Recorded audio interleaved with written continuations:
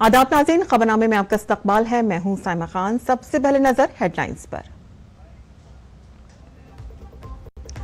America में एक बार फिर से चला ट्रंप कार्ड। फतह के बाद ट्रंप ने कहा कि ये तारीखी फतह अमेरिका को बनाती है अजीम। कहा कि अगले 4 साल अमेरिका के लिए हैं सुनहरी दौर।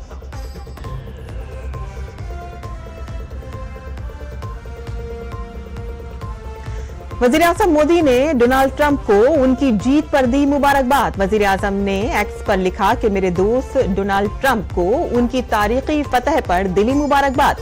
ताल्लुकात को मजीद मजबूत बनाने पर एतमाद का किया इजहार। दुनिया भर से ट्रंप को मुबारकबादियों का सिलसिला जारी।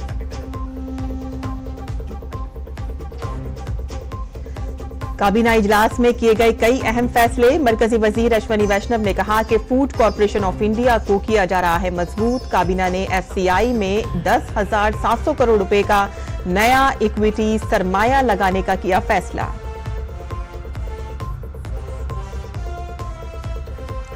महाराष्ट्र में सियासी तनाजा इख्तियार कर गया शिद्दत। अजीत पवार की एनसीपी ने जारी किया इंतखाबी मंशूर। गर्ल चाइल्ड स्कीम के तहत दी जाने वाली रकम 1500 से बढ़ाकर 2100 रुपए करने का किया गया वादा। राहुल गांधी का नागपुर में प्रोग्राम।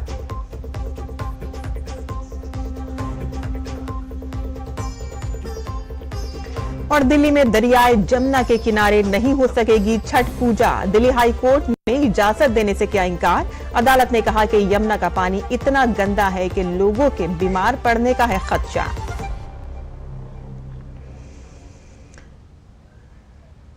और अब खबरें तफसील से। अमेरिका में एक बार फिर से ट्रंप कार्ड खेला गया है और रिपब्लिकन पार्टी के डोनाल्ड ट्रंप इंतखाबात जीत गए हैं। अमेरिकी फॉक्स न्यूज ने रिपब्लिकन्स की जीत का ऐलान कर दिया है। आपको बताते चलें कि डोनाल्ड ट्रंप का शुमार अमेरिका के अमीर तरीन रहनुमाओं में होता है। अमेरिका के 47वें सदर बनने वाले ट्रंप ने इस फतह को नाकाबिले यकीन करार दिया है।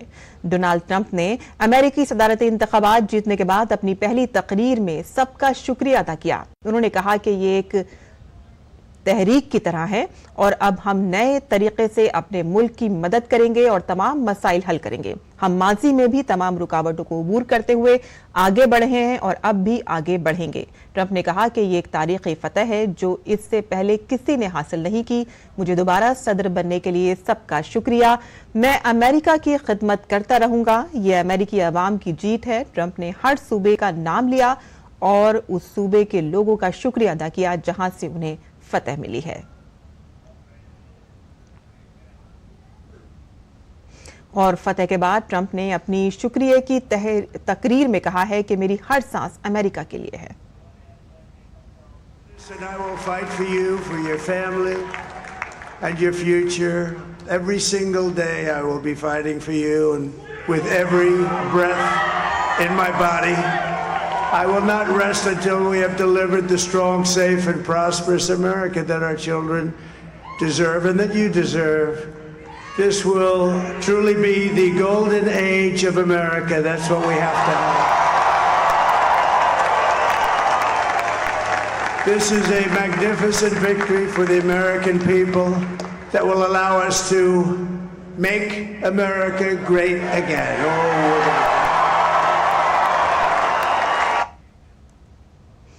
और इमिग्रेशन पर बात करते हुए ट्रंप ने कहा कि वो इसे रोकने के लिए मुल्क की सरहदों को सील कर देंगे। We're going to have to seal up those borders and we're going to have to let people come into our country. We want people to come back in, but we have to let them come back in, but they have to come in legally.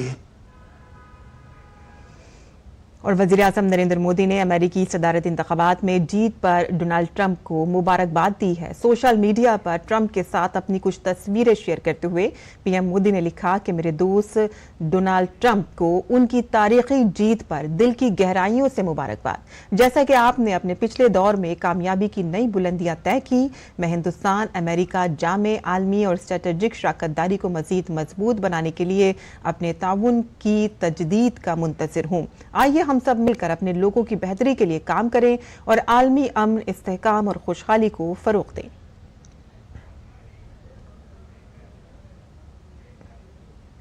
हमारे नामा निगार अमृतपाल सिंह बता रहे हैं कि अमेरिकी सदारती इंतखाबात में Donald Trump की शानदार कारकर्दगी के बाद पाम बीच पे कैसा माहौल है।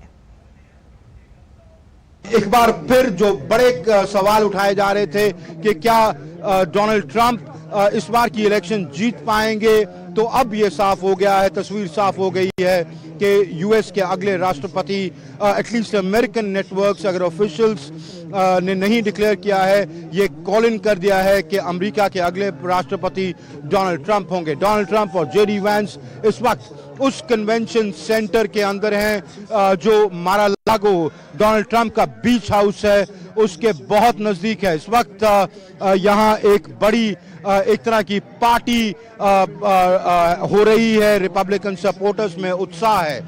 Were you at the watch party? What was your first reaction when you heard Donald Trump? Joy. Okay.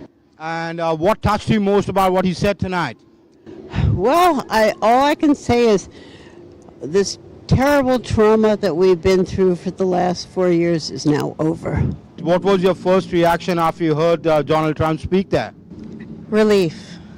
I was very relieved that he won, because I was relieved that our country is going to go back into a direction that it should be going. I see you wearing a mega cap. I'm from a television network. What was your reaction when you heard Trump today? It was fabulous. Why so? We finally have someone who will take responsibility for his actions.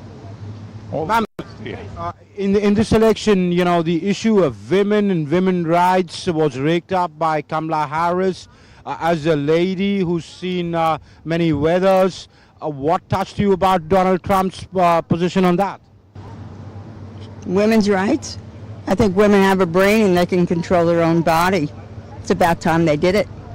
कहा जा रहा है कि कमला Harris कल अपनी concession speech Washington DC में देंगी।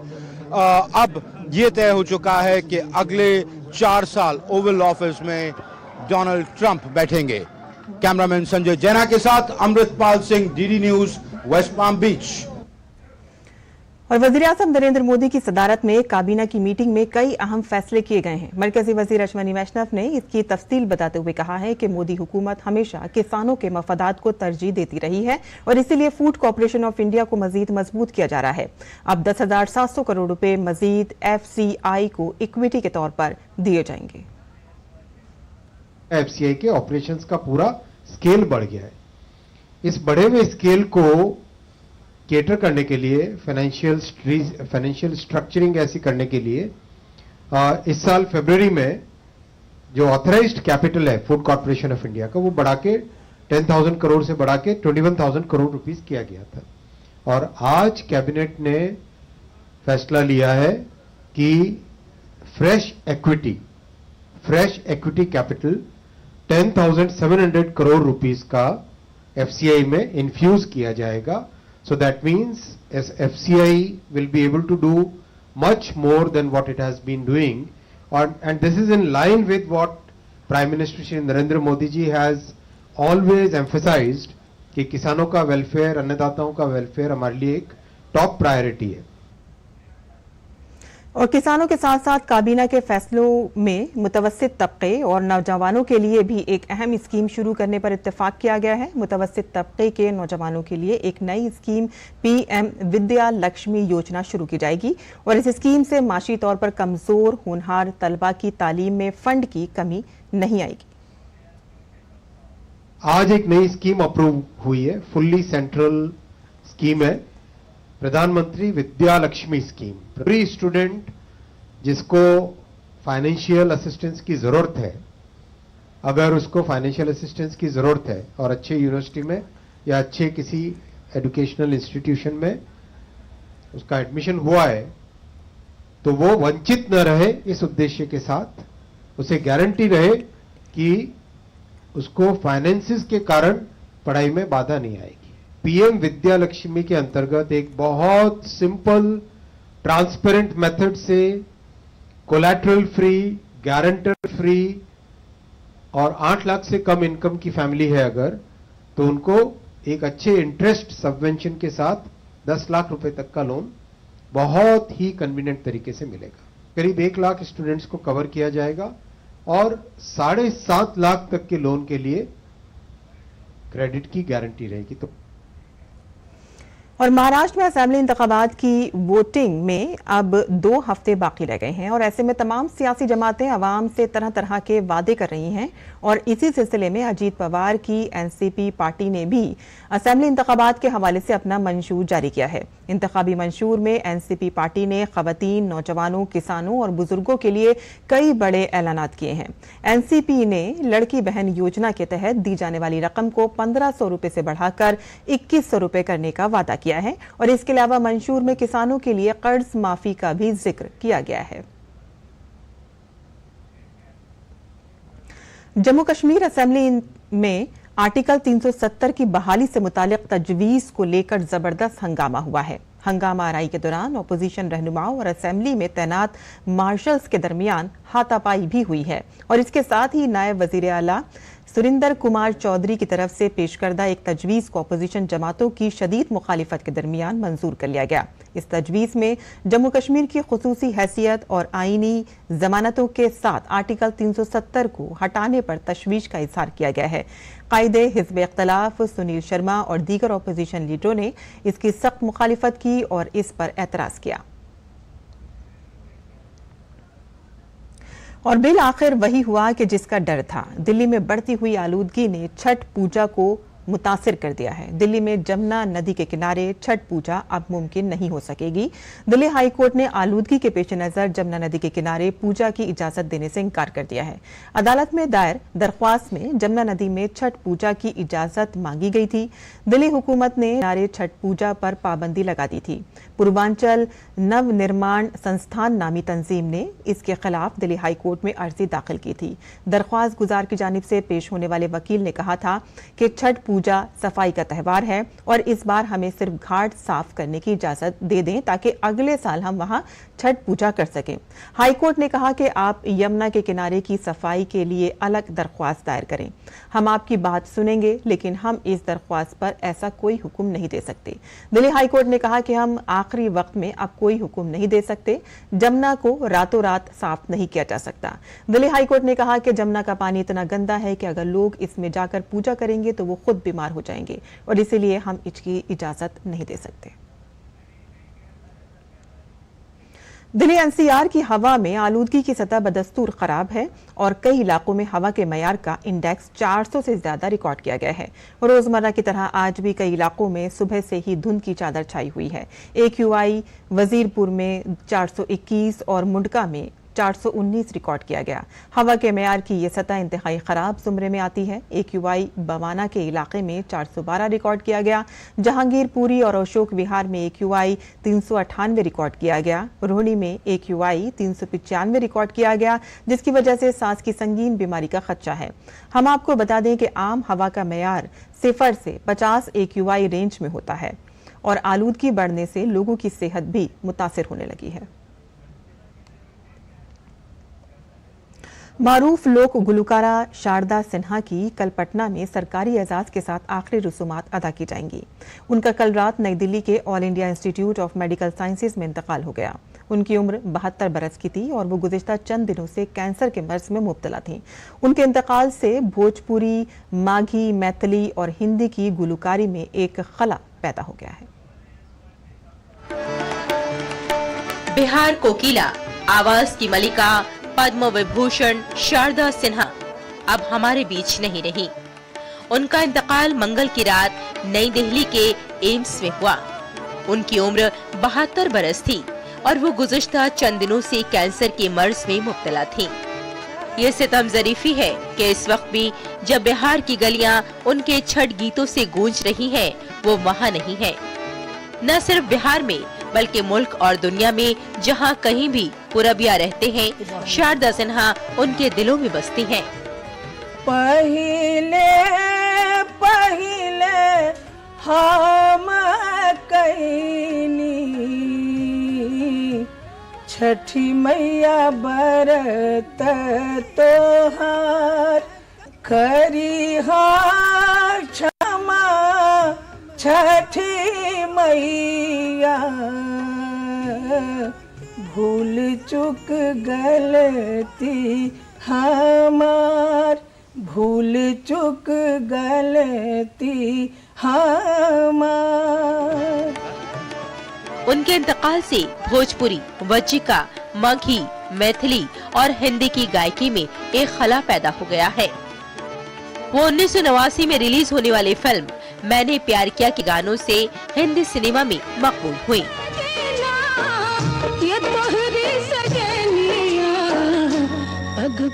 सूरज बड़जात्या की इस फिल्म के साथ उन्होंने गैंग्स ऑफ वासेपुर और 4 फुटिया छोकरी में भी गाया, लेकिन छठ के गानों ने उन्हें ज्यादा मकबूल बनाया और छठ के दौरान उनके गाने हर घर में गाए जाते हैं, लाउड स्पीकर पर चलाए जाते हैं।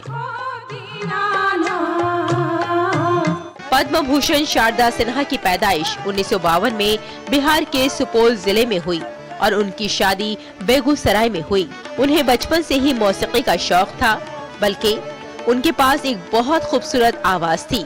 वो आवाज की मलिका थी और सुनने वाले उन्हें मशहूर हो जाते थे। जब मॉरिशस के वजीर आजम नवीन राम गुलाम बिहार पहुंचे तो उन्होंने अपना प्रेजेंटेशन दिया था। इसके अलावा कई कौमी और बैनुल-अक़वामी फॉर्म्स पर प्रेजेंटेशन दे चुकी हैं। उन्हें 1991 में पद्मश्री और 2018 में पद्म भूषण अवार्ड के साथ संगीत नाटक अकादमी अवार्ड से भी नवाजा गया। छठ के गानों के एल्बम के साथ साथ उनके कई एल्बम भी रिलीज हो चुके हैं। डीडी न्यूज की तरफ से बिहार स्वर कोकिला को खराजी तहसीन। Bureau report, DD News Urdu खबरें।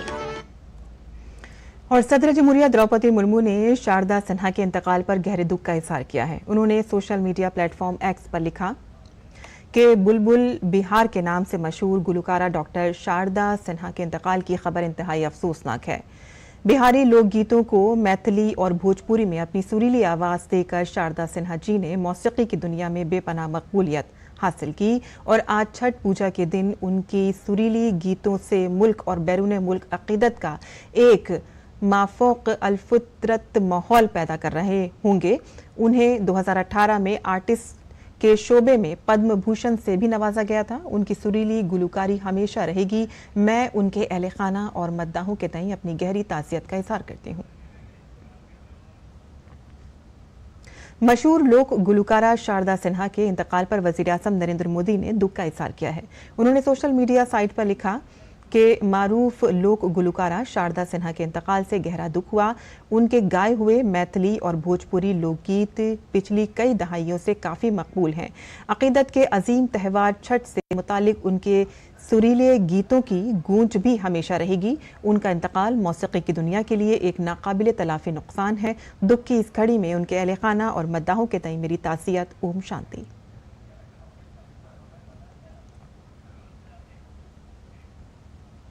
और छठ पूजा का आज दूसरा दिन है। दूसरे दिन खरना होता है और खरना की रिवायत छठ पूजा के लिए बहुत अहम समझी जाती है।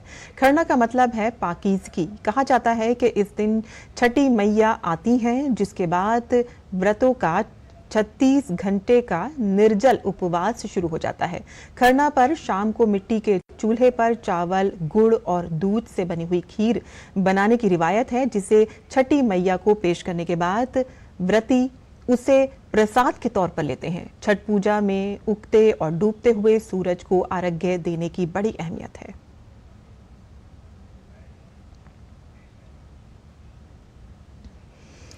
और खेल की खबरों में आईपीएल 2025 का मेगा ऑक्शन इवेंट 24-25 नवंबर को जद्दा, सऊदी अरब में होगा। ये प्रोग्राम 2 दिन तक जारी रहेगा। ये दूसरा साल है कि जब आईपीएल की नीलामी बैरून मुल्क में हो रही है। आईपीएल 2025 के लिए खिलाड़ियों का रजिस्ट्रेशन 4 नवंबर 2024 को खत्म हुआ था और इस नीलामी में हिस्सा लेने के लिए कुल 1574 खिलाड़ियों ने रजिस्ट्रेशन कराया था, जिसमें से 1165 भारतीय और 409 गैर मुल्की खिलाड़ी हैं।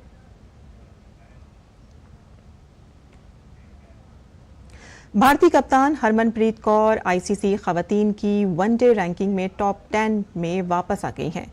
कौर पहले 2 मैचों के बाद 3 मकाम नीचे आकर मुश्तरका तौर पर 9वें नंबर पर हैं और बाएं हाथ की बल्लेबाज स्मृति मंधाना कुल 728 पॉइंट के साथ 703 रेटिंग पॉइंट्स के साथ चौथे नंबर पर हैं। इंग्लैंड की नटाली स्क्वेयर ब्रिंट 760 रेटिंग पॉइंट्स के साथ सरे फहरिस्त हैं और भारत के विकेटकीपर यास्तिका भाटिया 35 रन बनाने के बाद बैटिंग रेटिंग में 48वें से 45वें नंबर पर आ गई हैं।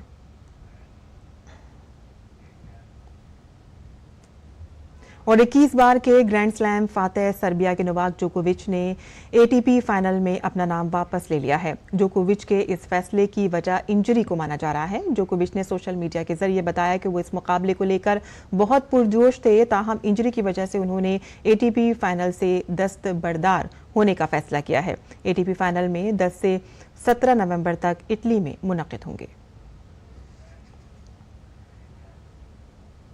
प्रो कबड्डी लीग में दबंग दिल्ली और युम्बा की दिलचस्प मुकाबले में बुम्बा ने बाजी मारते हुए दिल्ली को हरा दिया है।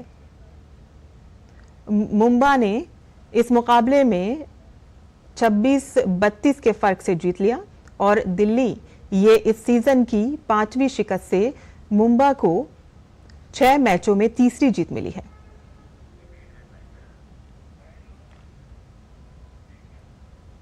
और आखिर में सुर्खियों पर एक बार फिर से नजर। अमेरिका में एक बार फिर से चला ट्रंप का कार्ड। फतह के बाद ट्रंप ने कहा कि यह तारीखी फतह अमेरिका को बनाती है अजीम। कहा कि अगले 4 साल अमेरिका के लिए हैं सुनहरी दौर।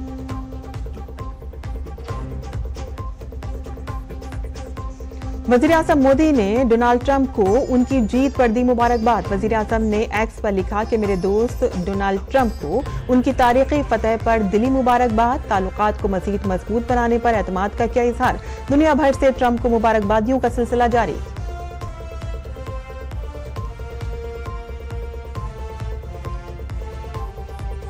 काबीना इजलास में किए गए कई अहम फैसले। मरकजी वजीर अश्विनी वैष्णव ने कहा कि फूड कॉर्पोरेशन ऑफ इंडिया को किया जा रहा है मजबूत। काबीना ने एफसीआई में 10,700 करोड़ रुपए का नया इक्विटी सरमाया लगाने का किया फैसला।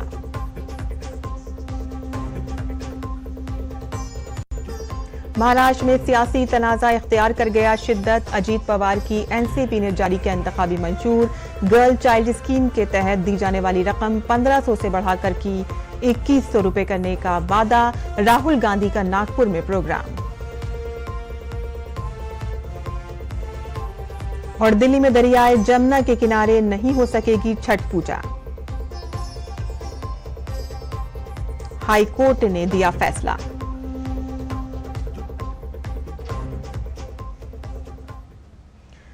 और इसी के साथ ही हमारा खबरनामा यहीं खत्म होता है। हमारी पूरी टीम को दें इजाजत। आदाब।